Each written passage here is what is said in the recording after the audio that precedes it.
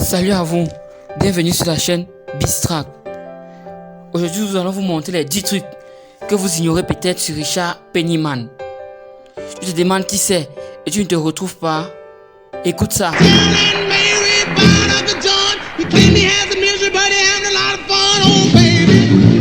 Écoute encore ça. Little Richard est né le 5 décembre 1932 à Macon en Géorgie.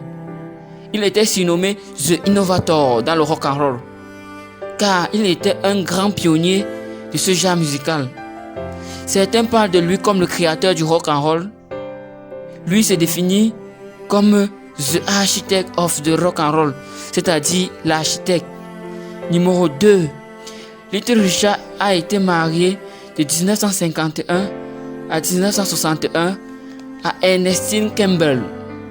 Durant cette période, où était déjà propulsé au sommet de son art par son jeu de piano sur scène et ses pas de danse endiablés qui frisaient la transe, dans une attitude décomplexée et imprévisible qu'il qualifiait lui-même de sauvage et de communion ultime avec ses fans. Il prenait souvent un plaisir à les lancer des souvenirs. Tout cela a contribué à baliser les chemins du rhythm and blues et du rock and roll. Numéro 3. En 1955, il enregistre Tutti Frutti avec son légendaire cri. Cette chanson a eu une ascension fulgurante et a fait exploser sa carrière aux États-Unis et outre-mer. C'est ainsi qu'elle est classée numéro 2 des charts R&B et numéro 20 des Billboard Top 100. Ensuite, en 1956, il sort Long Tall Story, qui atteint le numéro 1 sur le graphique R&B et numéro 13 au Billboard aux États-Unis. Tandis qu'en Grande-Bretagne, il passe la barre du top 10, suivi par une vingtaine d'autres titres à succès qui lui fait rester au devant de la scène. Vous me direz dans les commentaires si vous avez réussi ou pas à faire ce cri légendaire. Restez jusqu'à la fin, car le meilleur reste à venir. Numéro 4. Little Richard est l'un des premiers artistes noirs dont les chansons ont brisé les barrières aux États-Unis, faisant danser ensemble noirs et blancs côte à côte pendant la période ségrégationniste. Il a aussi enlevé cette idée reçue de cette même période qu'un noir ne pouvait pas faire de la musique qui se jouera dans tout le pays.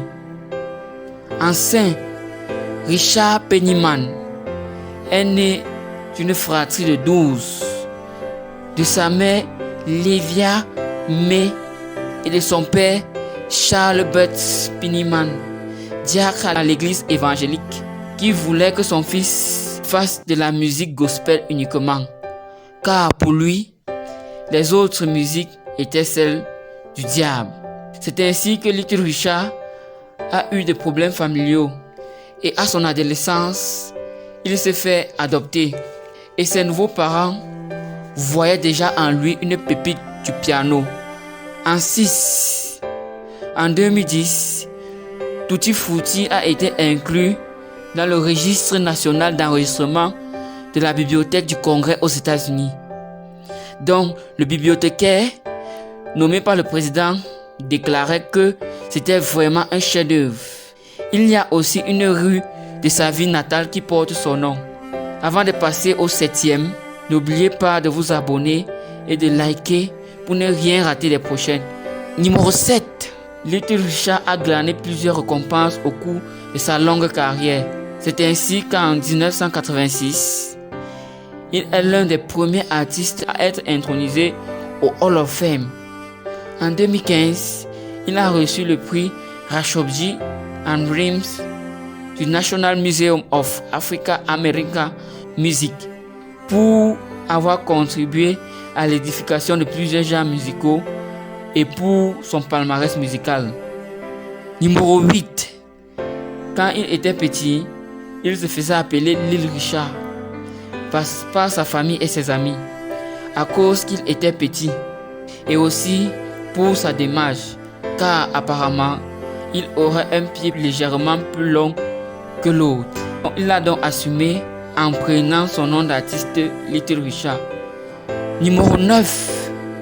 En 1955, lors de la préparation du titre Tutti Frutti, son producteur Blackwell a embauché Dorothy Lebostry, une auteure-compositeur, pour remplacer certaines paroles sexuelles de Little Richard par des mots moins controversés.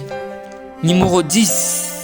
Dans les années 1957, Little Richard était en tournée en Australie qu'au milieu d'un show, il choque ses fans en annonçant qu'il reprend la vie de ministère, car ayant vu une boule de feu dans le ciel rouge vif.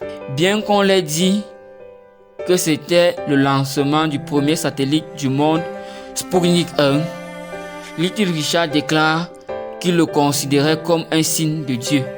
De retour aux États-Unis plus tôt, Little Richard apprend que son vol initial s'est écrasé dans l'océan Atlantique, comme un signe supplémentaire de Dieu.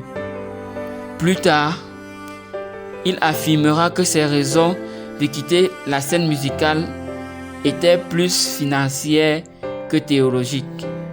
Ce grand artiste de légende est décédé le 9 mai 2020 d'un cancer des os à l'âge de 97 ans, aux côtés de son fils.